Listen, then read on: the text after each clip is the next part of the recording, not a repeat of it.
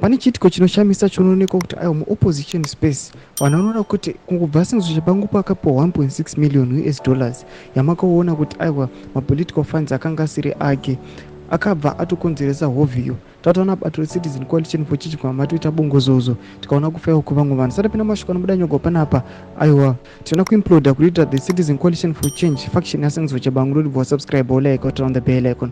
Timuna mana umon buda mnyogwa mchinzi. The Citizen Coalition for Change party is imploding as the party's old guard fights self-imposed interim secretary general Sabc Tshabangu grand plan to take full control of the opposition party. Tshabangu snatched the CCC from its founding leader Nelson Chamisa after he emerged from nowhere to declare himself its interim secretary general.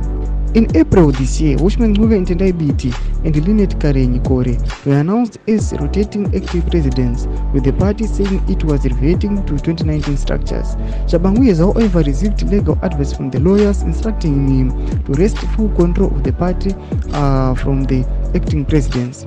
This triggered a fierce fight amid claims that the discord in the CCC was also centered to the 1.6 million that Tshabangu received from Treasury recently under the Political Parties Finance Act.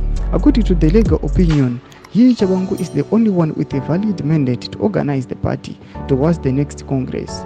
Former CCC spokesperson Mlilo admitted that the party was in a constitutional crisis. We are sitting with a potential constitutional crisis which says that the party has failed to hold its Congress as mandatorily required by the party's constitutional Mulilo said. Ndo mashwa tu kuona vakomana varuke vachiti aiwa zveCCC tazvikonewa nekuda kukomana anonzi Sabc Tshabangu ndakukuti aiwa zvaakuita aiwa hazvisiri zvinoitaura constitution noda kukuti mapowers ese anga asended kwaari.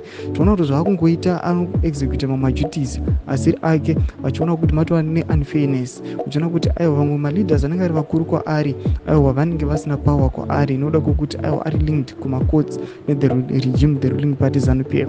Tuze mafunguro enyu moti kudii pamusoro pechiitiko ichi chinoitika aiwa 1.6 million ichinge yapiwa Sabc Tshabangu. Pinda comment section medu musano subscribe or like and turn on the bell icon.